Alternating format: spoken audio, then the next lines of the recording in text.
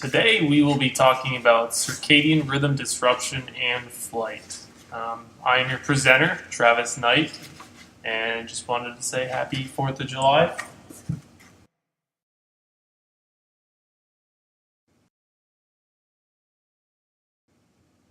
The circadian rhythm term was coined by Franz Halbert in the 1950s. In Latin, this actually translates to circa dies, which in English translates to about a day. Humans and animals alike have a natural rhythm of life that repeats roughly every day. It is often referred to as our biological clock. This biological clock in biology is our suprachiasmatic nuclei, which is located in the hypothalamus. To keep us on a 24-hour schedule, as opposed to our natural biological clock, which puts us at about 25 hours, to keep us on our 24-hour clock are what they call Zeitgebers, which in Latin translates to time givers. These Zeitgebers are environmental cues that trigger our biological clock. Our most important Zeitgeber is the alternation of daylight and darkness. So one puts us to sleep, one wakes us up.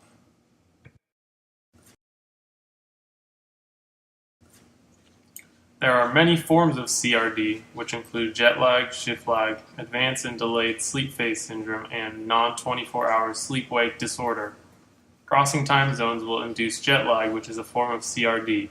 Jet lag occurs when pilots or passengers cross time zones that will change their normal circadian rhythm.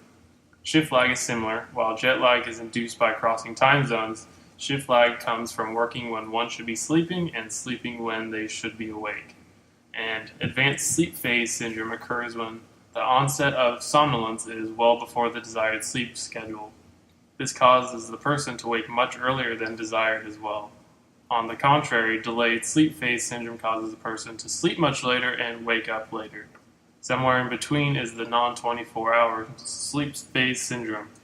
This happens when a person accidentally prevents the normal sleep schedule with unsuccessful attempts at correcting to the accepted sleep schedule. This person is running on the biological clock of 25 hours instead of 24.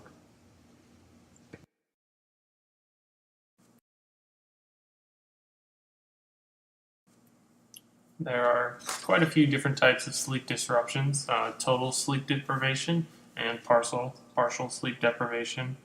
Often these are referred to as levels of insomnia. Insomnia and sleep deprivation can result from any number of different issues. While it is normal for some people to have a bout of insomnia every now and then, prolonged sleepless nights can be harmful to one's health. A lot of the times, anxiety and tension are the frequent cause of insomnia. Insomniacs often have a multitude of stimuli that keeps them awake. While thoughts running through one's mind keeps a person awake, caffeine and nicotine can cause this as well. So it's best for pilots and passengers also to not take in as much caffeine or nicotine.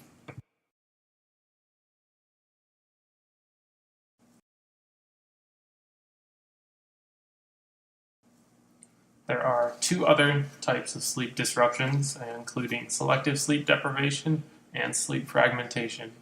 While selective sleep deprivation is highly unlikely to occur outside of a research environment, it can tell us a great deal about what we need in our sleep, the important aspects of it.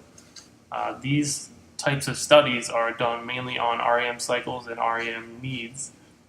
When we go into a selective study like this, normally they are trying to arouse the individual outside of our REM cycle or similar. The research does show that we have a very high need for our REM sleep, which is often referred to as our dream sleep. Sleep fragmentation can occur when a person is awakened multiple times throughout the night. This can occur from anything from sleep apnea to limb movements, or even as a result of external environmental issues.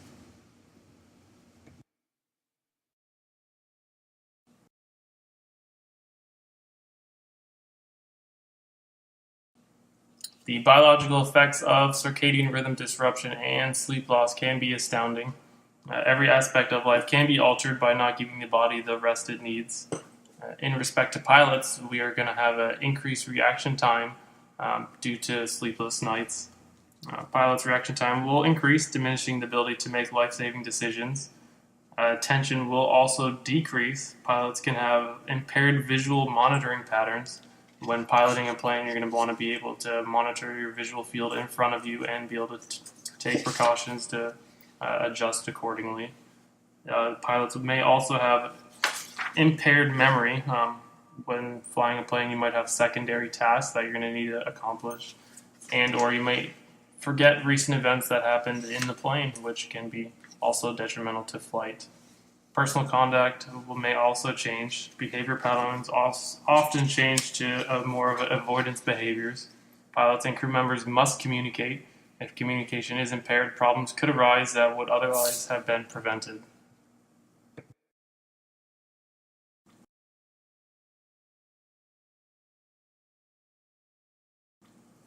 There are a few simple measures you can do to ensure you keep a healthy circadian rhythm.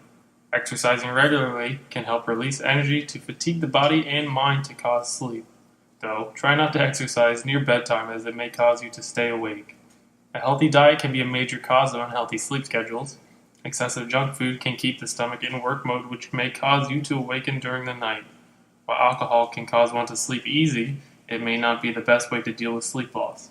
As a pilot, you want to avoid alcohol too near in time to your next flight.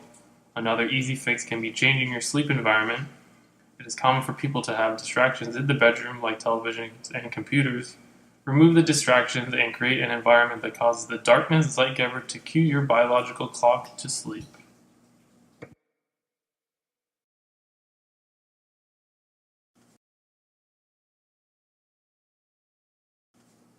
To prevent the CRD-related symptoms of jet lag, there are a number of things we can do.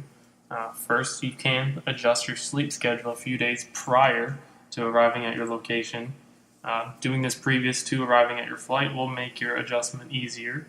As well, you can try adjusting your watch to help trick your mind into understanding that you will need to adjust to the new time zone.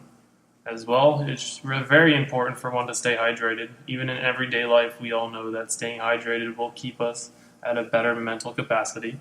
The lack of humidity in the cabin and cockpit will keep us dehydrated. It has been documented that dehydration can be an aggravation to jet lag. As well, you could always try giving your body time to adjust when you reach your destination. If you don't have anything planned right away, give yourself maybe 24 hours, 2 days or so to adjust to the new time zone. Our bodies are very good at adapting. If you let it do it, it will be able to do it for you.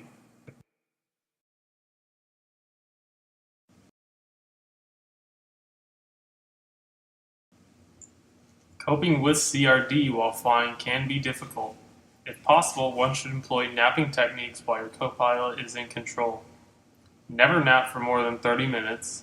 Anything longer can involve deep sleep, preventing you from arousal. As well, napping before a flight can give you the extra energy you need to sustain control in flight. Caffeine can be a great way to keep your attention and awareness up. Similarly, keeping conversation and periodically stretching and moving will keep the body from preparing for sleep. Once you have landed, keep the circadian rhythm of your origin. It will help you retain a sleep schedule and help you when you return.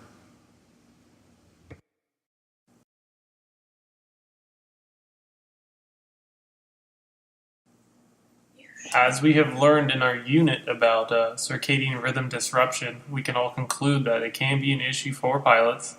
Sleep apnea, sleep disorders, insomnia, anything like that.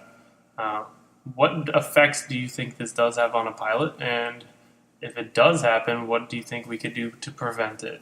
This has all been discussed in our unit and in my slides. So give it a go. Let us know what you think.